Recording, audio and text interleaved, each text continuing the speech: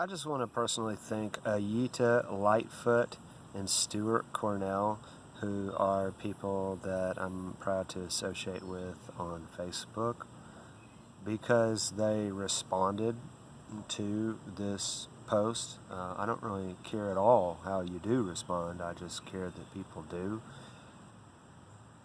How should I not, why should I not look at humans like there's something wrong with them if they think it's not important that the Pope is talking about Lucifer? Now, maybe it's a misunderstanding that I have, and this is what I notice about people. They probably assume things because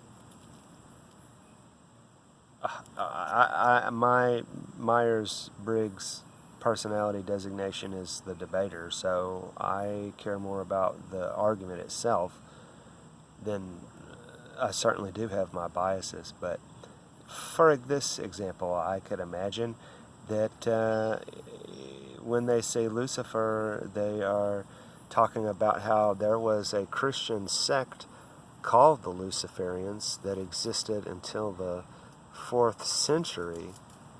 And, I mean, that can mean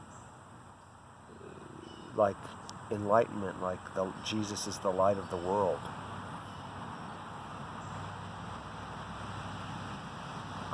And I do personally find all this stuff confusing.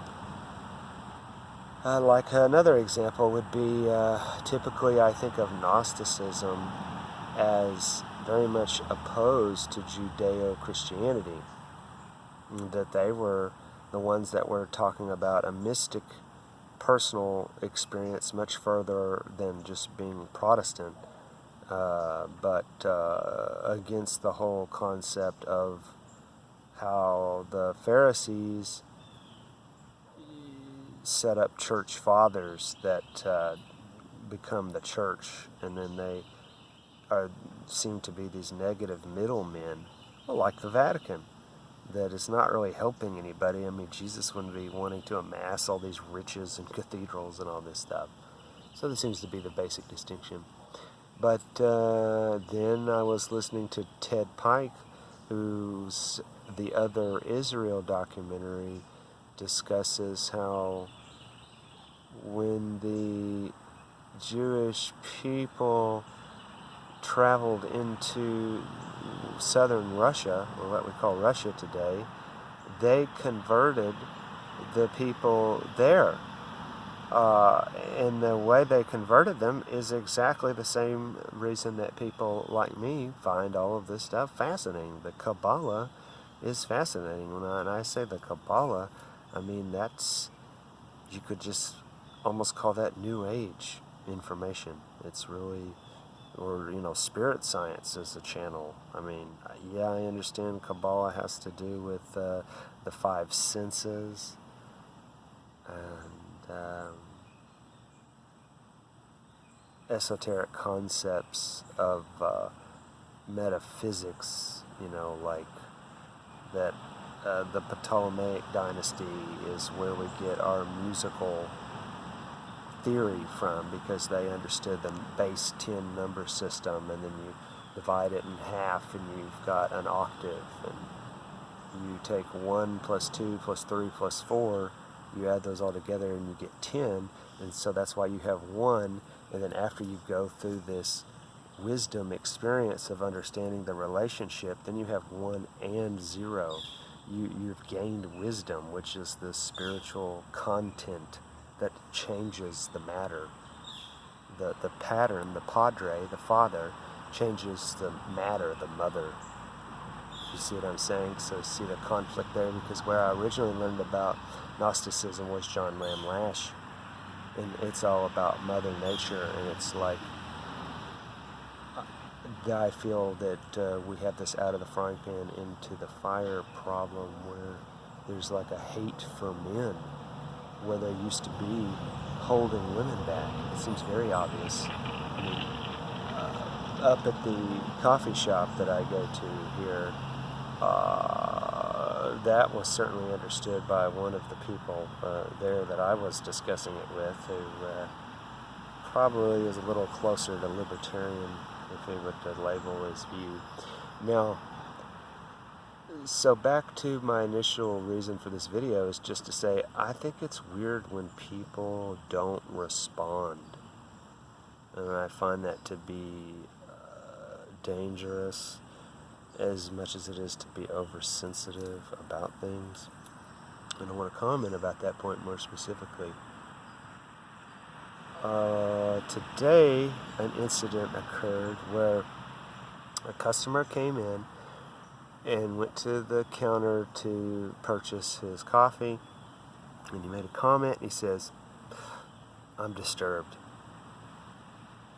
And I don't remember the name of who he said, but evidently he heard in the media that people were saying that some white person is accused of cultural appropriation for singing funk music.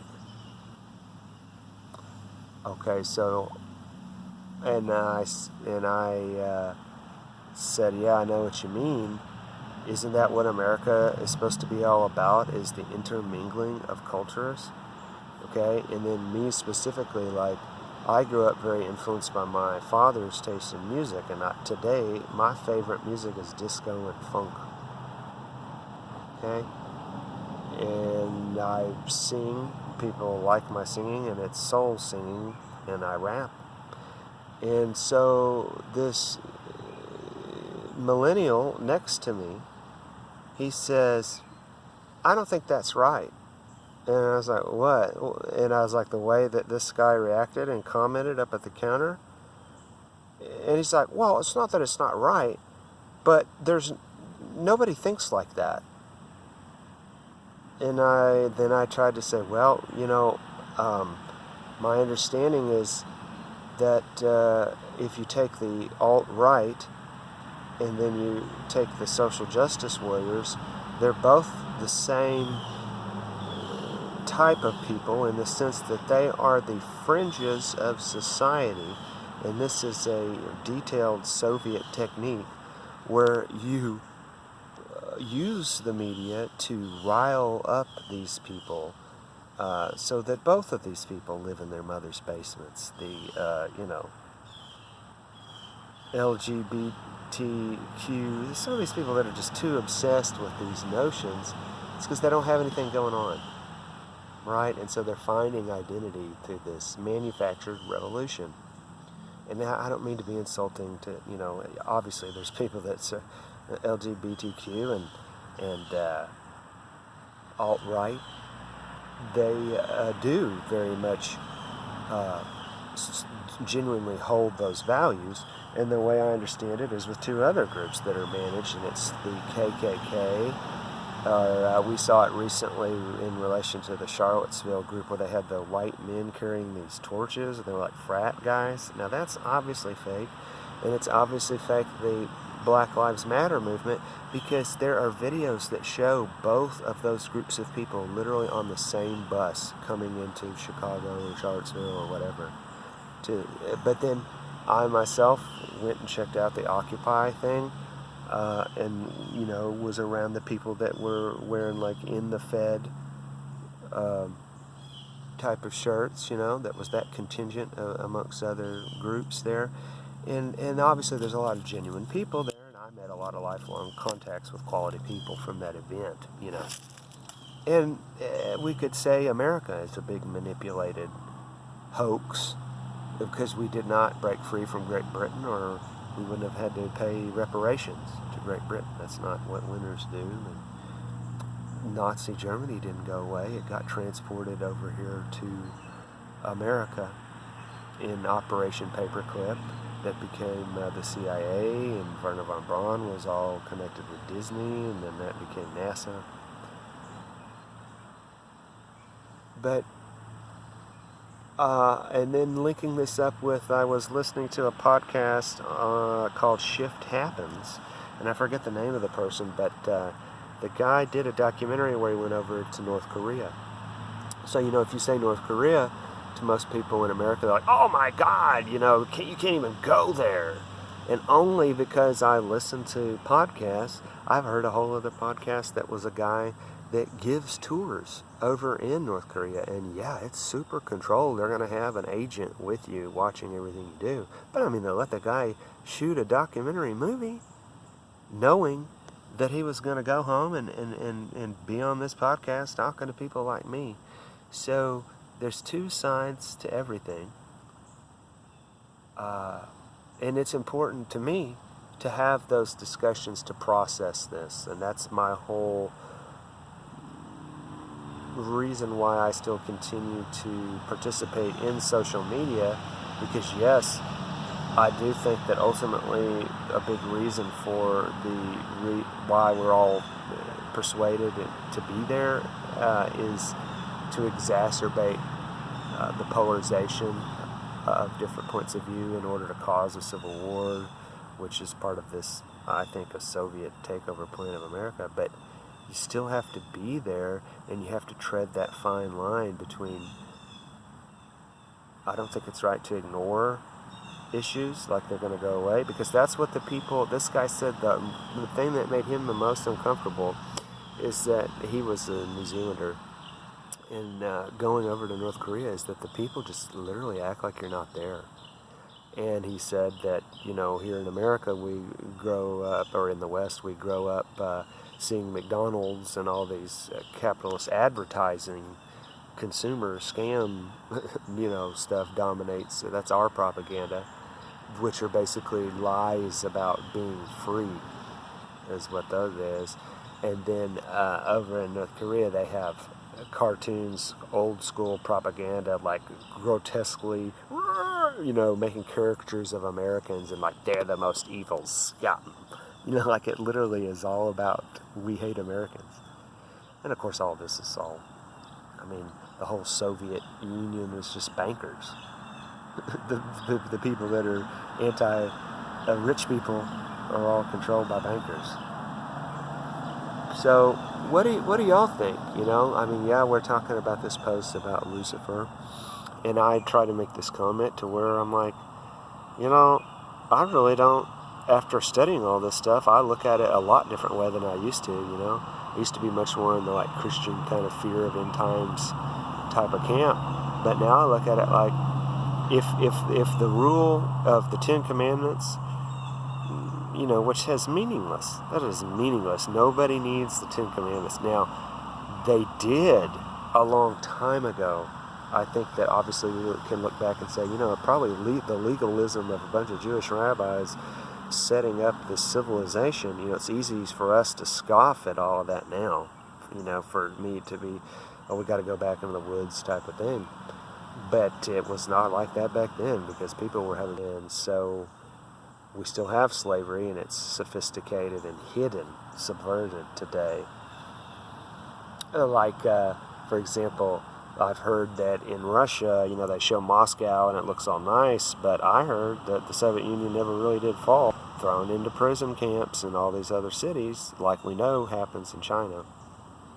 Okay, that sounds bad, right? Well, look at America. Isn't America known as having the biggest prison population? So aren't we the same as the Russians on that front? Here's another one. It's called the United States, which that's a socialist Soviet. That's what a Soviet is. Having one centralized federal government dictate to the state-run economy. And then did anybody ever consider that back when it was, maybe that was what the people thought they were fighting for?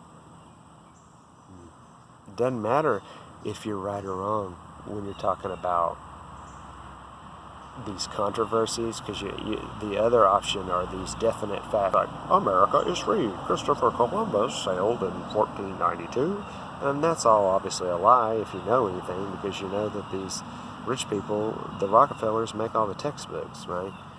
So I don't have to know all of the answers. I just know that, hey,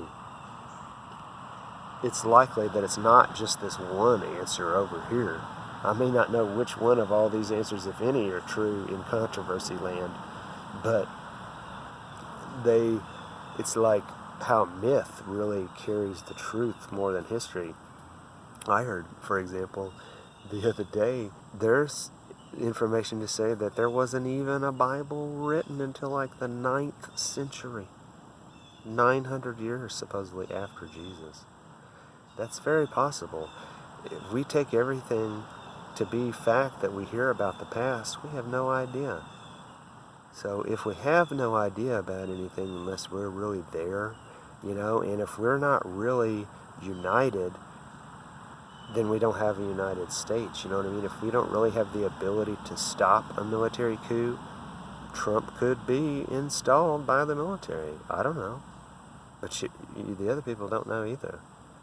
But they expect your average people, and they can't stand me because I challenge everything. So what do you think we should or could do about this? Should we just accept I'm speaking to Aida and Stewart and whomever, dares to consider these far out ideas. Should we just give up on even trying to connect with the more mainstream people? Because today I felt like I should just totally give up. If I'm talking to one of these millennial progressives, he kept saying, this guy's getting upset about something that doesn't exist. And I tried to go, well, I understand what you mean. That's the problem about how media can be used to hype up things that are not really happening.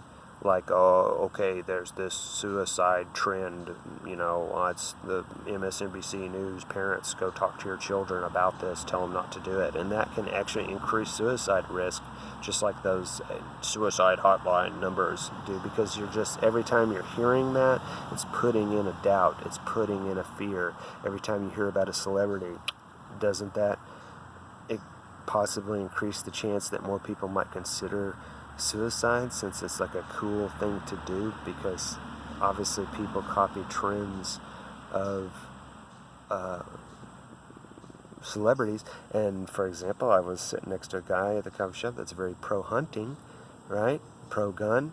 And he was admitting about the Madden EA shooting that, hey, playing first-person shooter games all the time might definitely increase the chance that that's how you solved a situation. By shooting somebody, because that's why video games are said to be invented because in Vietnam, this has all been true for the whole history of warfare, but even up until Vietnam, a lot of guys were shooting above the heads of the enemy because people don't naturally want to kill people. People not that psychopathic unless you have all this artificial pop culture media that makes people think that this is normally how things are. So, what do you think about any of this? Thank you.